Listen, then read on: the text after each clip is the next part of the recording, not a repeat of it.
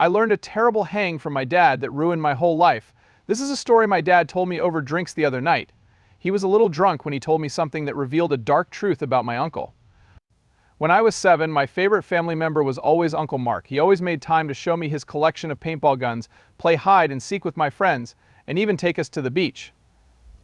As if he were one of us, a kid who just wanted to have fun, he always came over with treats for us. But one day it looked like everything was going to break down. Now that I think about it, my uncle told me we were going to the brand new entertainment park on the other side of town. I was so happy because I had been looking forward to going there for a long time. All day my dad was happy and upbeat. He kept talking about how much he loved that his brother wanted to be involved in his kids' lives and how excited he was to let me go to the new park. Until his phone rang. When I heard my dad scream, it made my blood boil. I was in my room packing my things. He was yelling at the phone louder than I had ever heard him. He slammed our front door shut so hard that the picture next to it fell off the wall. After that, I didn't see my dad for a long time. Before we talked, he never told me why, but I'll describe that at the end. We were fine with money because my mom had saved up a lot of money from a small lottery win. She kept telling us that our dad was only gone for a short time because he was taking care of you and your brothers. That day, Uncle Mark didn't show up. We saw him around town, but every time my mom saw him wave at me, he ran away. After 9 months, my dad came home and I ran to him and gave him a big hug. He hugged me back, and that night we had a party to celebrate his coming back.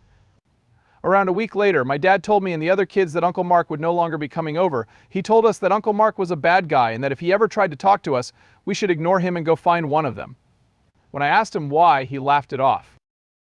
My dad was right, so we all agreed. Sometime after a year, I was leaving school and waiting for my parents to pick me up when I saw Uncle Mark. He walked up to me with a big smile on his face. Because of what my dad told me, I was scared to see him. He told me he would pick me up. I told him I couldn't go with him because my dad told me I couldn't talk to him. Uncle Mark's tone seemed to change in an instant at that point. For a split second, he looked scared, but then he told me everything was fine. He told me that he had talked to my dad about it, and that my dad had changed his mind and asked him to pick me up from school that day. When I said no more, he grabbed my hand and started to walk me to his truck. Good thing my dad showed up just in time to pick me up from school. My dad jumped up and hit Mark in the face, making blood come out of his mouth. Uncle Mark ran away, and my dad chased him. That was the last thing I saw. After a short time, my dad came back, sighed, and hugged me. He told my mom to do it and said he'd see us later. I knew it would be a long time before I saw my dad again because he was lying. 5 years? My dad has been gone for 5 years? Sometime during this time, my mom told us that he was in jail for keeping us safe. We were all sure it was because he hurt our Uncle Mark. We didn't know it at the time, but Uncle Mark liked kids, plenty. On the day I was supposed to go to the amusement park, my dad got a call from my aunt, who is married to Mark. She told him she was scared because she had found pictures of children under their bed. She later said that she was too scared to call the police because Mark had been beating her for years. Mark was a big man.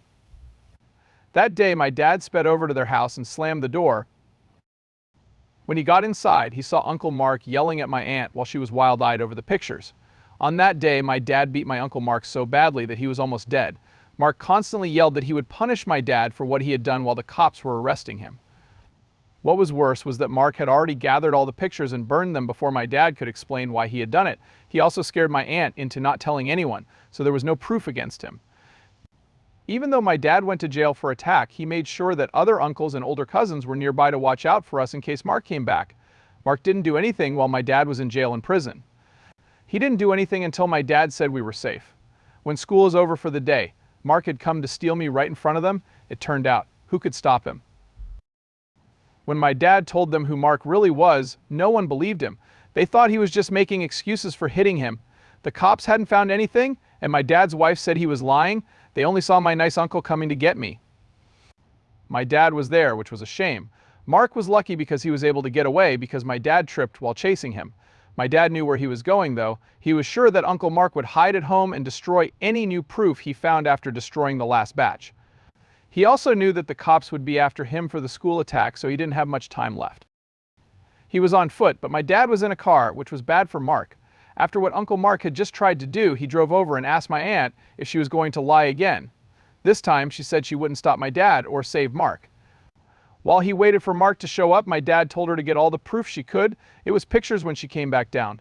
A lot of photos. After that, he told her to leave, wait an hour, and then call the cops. He was finishing this. As soon as Uncle Mark showed up, my dad slammed him through the door of his house from behind the wall of his yard. After that, he beat him to death in his hallway. He could no longer see the floor through the blood by the end. When my dad was arrested for murder, he didn't fight back. He just said he wished the cops had done his job. When the truth about Mark was made public, his lawyer said that my dad had gone into a protective rage and only meant to make Mark useless. These claims didn't seem to be disputed by anyone. My dad is one of them. Even though he didn't feel bad about what he did, he said he hoped he had done something else so he wouldn't miss so much of our lives. I was glad my dad didn't tell me this story when I was younger after hearing the story. All of that made me more proud of my dad because I know I wouldn't have been able to handle it.